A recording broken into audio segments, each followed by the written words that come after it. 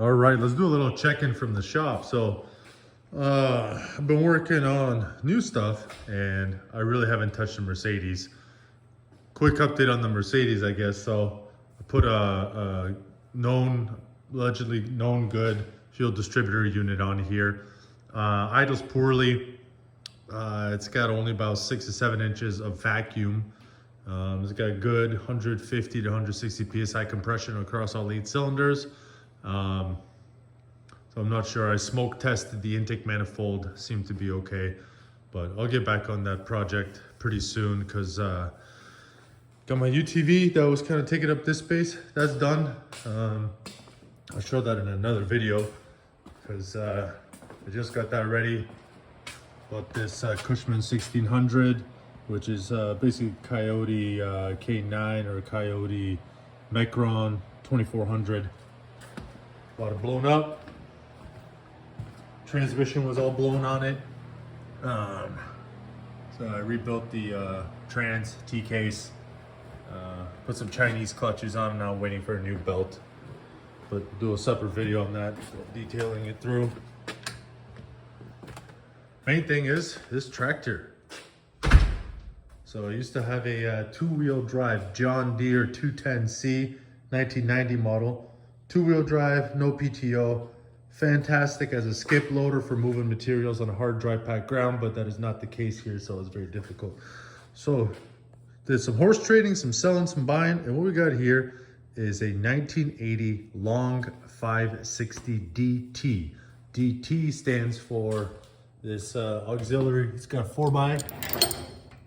You can see it has an offset pumpkin right here. The DTC has a center drive.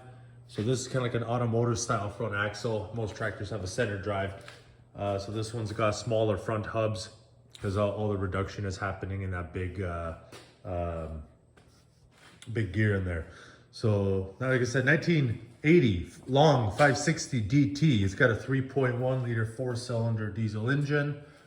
NA. This is actually a UTV 550 DT Super.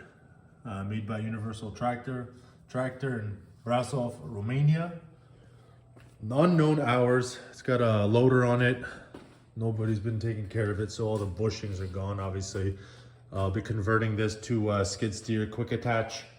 So I can use foam forks on and then probably just weld on a SSQA plate onto this guy as well. But the main thing will be getting these welded up on the adapter. So what I've done so far, everything I guess works, just kind of poorly. Everything was kind of worn out, slow hydros. This was jumpy. The 3 points a little jumpy. It was a little slow to start as well. Power steering wasn't working. 4x didn't engage, except the U-joints were completely blown out. So what I did was I spec'd 2 new,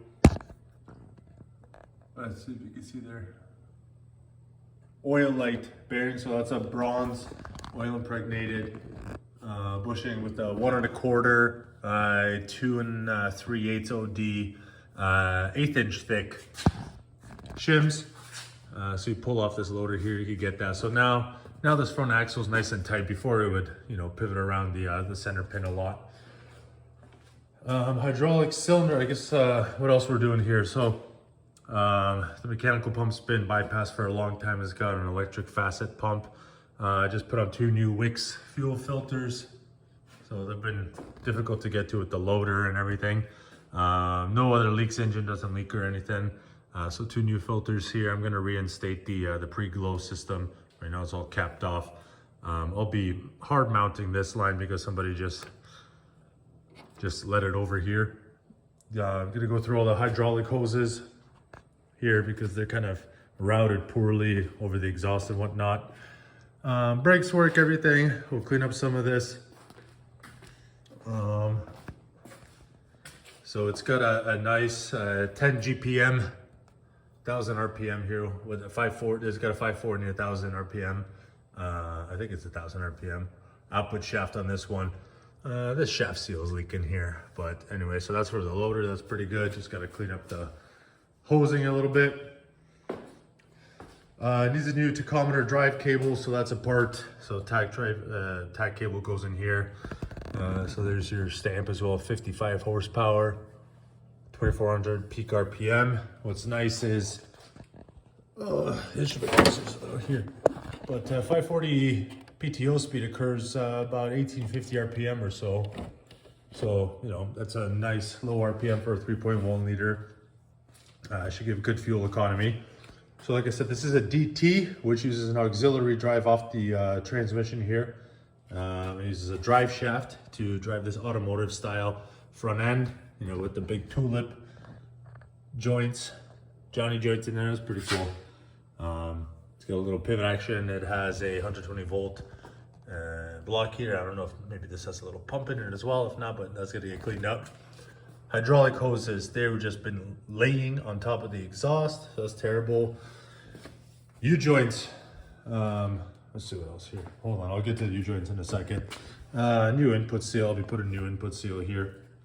Front axle, made up 2 brand new cables. Positive is a 2 gauge, grounds double knot, just what I had laying around.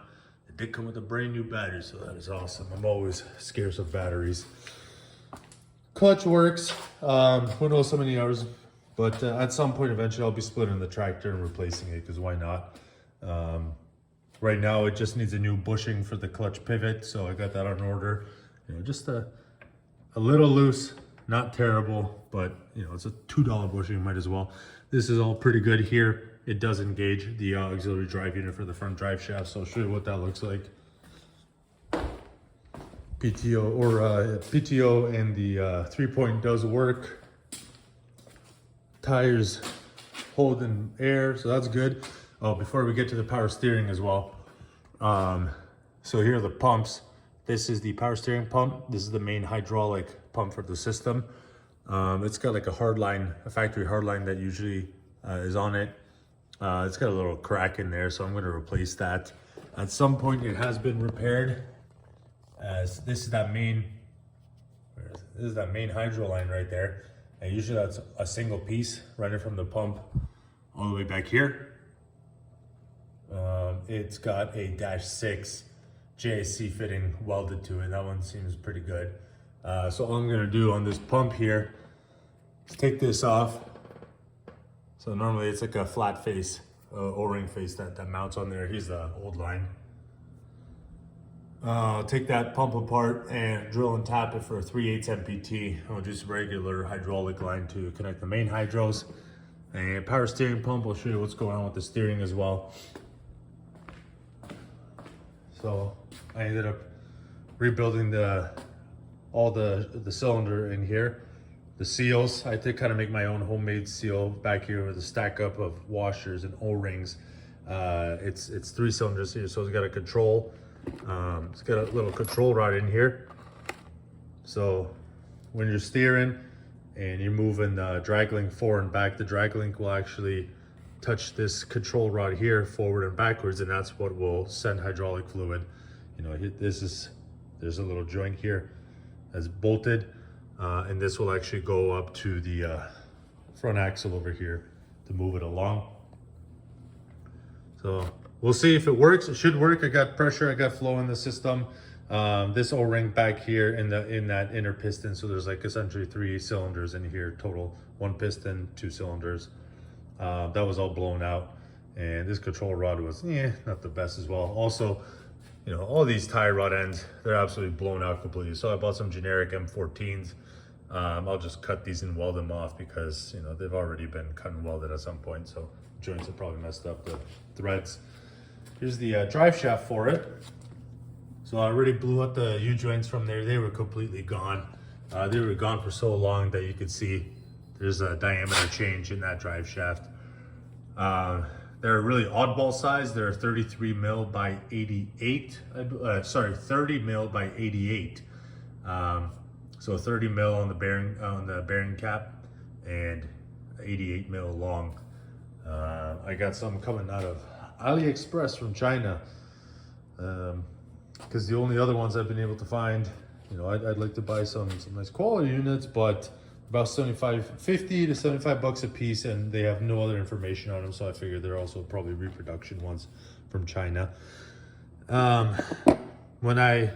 This is the main hydraulic filter here. I washed it out, but I'm probably gonna get another one. There was some gunk, RTV, whatever. But when I drained out the rear end from here, I had a little piece of a roller bearing or something. Look like about this long, maybe, you know, half the width of my finger. A little roller bearing in there that plopped out. I don't know what that's from, but we'll get that figured out. But main thing is to, you know, take off this big suction line here. This is the suction line, you know, it goes out the pump and then out. That's where that filter resides inside here. Get that all cleaned out, everything. It's all milky, tons of water in that system. Does run though, no other leaks. I got a bunch of other preventative maintenance kind of tune-up pieces to put on here, like, you know, new belts, thermostat, radiator cap.